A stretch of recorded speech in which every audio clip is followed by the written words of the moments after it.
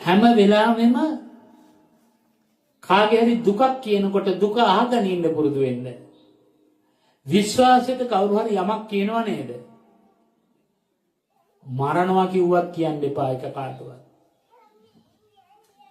ඒ වගේ අනුන්ගේ වචන පරිස්සම් කරගන්න බලන්න. එතකොට ජීවිතේ කවදාවත් අපට නිකරුණේ නිന്ദා අපහාස විඳින්න සිද්ධ වෙන්නේ නැහැ. සමහර අය කවදාවත් කාටවත් වරදක් නොකලත් නිന്ദා අපහාස විඳින්න සිද්ධ වෙනවා.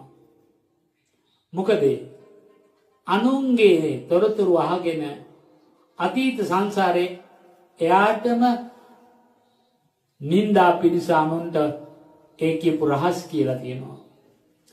කියන්න එපා කවදාවත්. කාගේවත් රහසක් කාටවත් කියන්න එපා. ඒ විදිහට වචනේ හුඟක් පරිසම් කරගන්න. එතකොට ජීවිතයේ සසර පුරාම ලස්සනයි.